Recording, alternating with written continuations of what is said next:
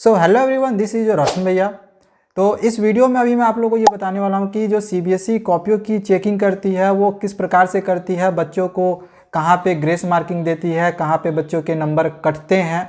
And जैसे कि यहाँ पे देख रहे हो, अगर इसका 80 में 76 नंबर आया हुआ है तो इस 76 में भी इसको +2 ग्रेस मार्किंग भी मिलेगा। क्यों मिलेगा, आगे का रीज़न भी आपको मैं बताऊँगा, वीडियो को पूरा देखना।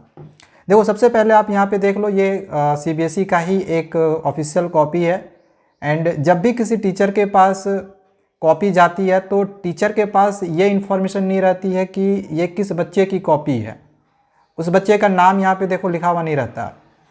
टीचर के पास इतना ही इन्फॉर्मेशन रहता है, बस उसके पास ये इन्फॉर्मेशन रहता है कि उसने किस सब्जेक्ट की परीक्षा दी है, किस दिन एग्जामिनेशन हुआ, एंड सब्जेक्ट कोड, मतलब सब्जेक्ट कोड तो रहता ही है, साथ साथ क्वेश्चन पेपर कोड और उसका सेट नंबर क्या रहता है, ताकि जो टीचर्स हैं वो कॉपियों की जांच जो है वो सही तरीके से कर सकेगा अपने उसी सेट के अनुसार।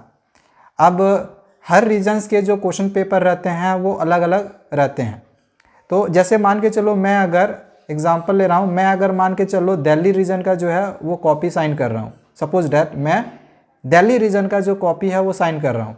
एंड मुझे देखने को मिल रहा है कि इस रीजन्स के जो ज़्यादातर बच्चों के जो मार्क्स हैं थोड़े से कम आ रहे हैं in comparison to other regions, दूसरे रीजन के जो क्वेश्चन पेपर आए हैं उसके कंपैरिजन में। जैसे आपको तो यहाँ पे चलो 76 नंबर दिखाई दे रहा है कि चलो अच्छा नंबर आया, लेकिन और भी मान के चलो हमने कॉपी की जांच करी, उसमें ज़्यादातर बच्चों के देखे कि नंबर जो है किसी का भी जो है 76, 78, 79, 80 इस तरह का नहीं आ रहा है।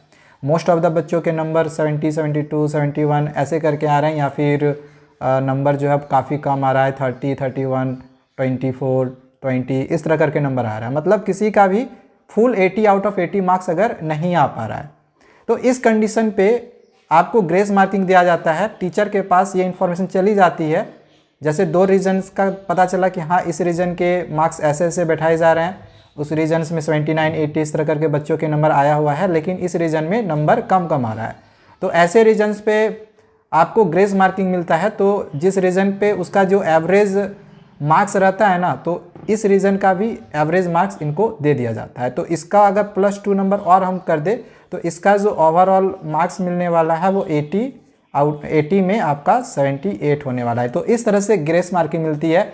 अगर दो डिफरेंट रीजन्स के क्वेश्चन पेपर हार्ड आते हैं, क्वेश्चन पेपर का लेवल थोड़ा सा हाई रह जाता है, तो यहाँ पे ग्रेस मार्किंग मिल जाता है।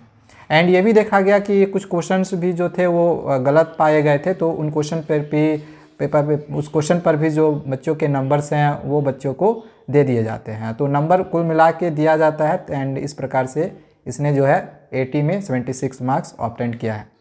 तो ये हमने आप लोग को एक ओवरऑल आइडिया बता दिया है कि कब आपको ग्रेस मार्किंग मिलता है, कॉपियों की चेकिंग जो है किस प्रकार से करती है।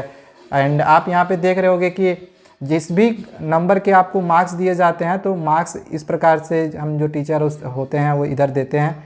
एंड अगर आपने मान के चलो सिर्फ ऑप्शन से लिखा है मल्टीपल चॉइस क्वेश्चंस में, जैसे A, B, C लिख के आपने अगर छोड़ दिया है, यहाँ पे अगर आप पूरे लाइंस को नहीं भी लिखे हो ना, फिर भी आपको यहाँ पे मार्क्स दे दिया जाता है।